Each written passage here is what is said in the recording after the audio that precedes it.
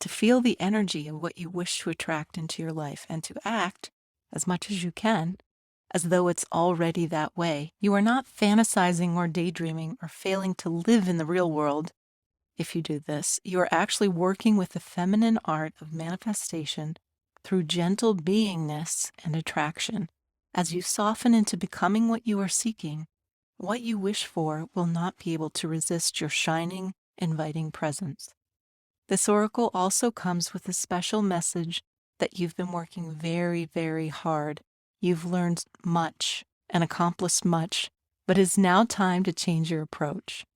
Let go of any force in your approach to creation now.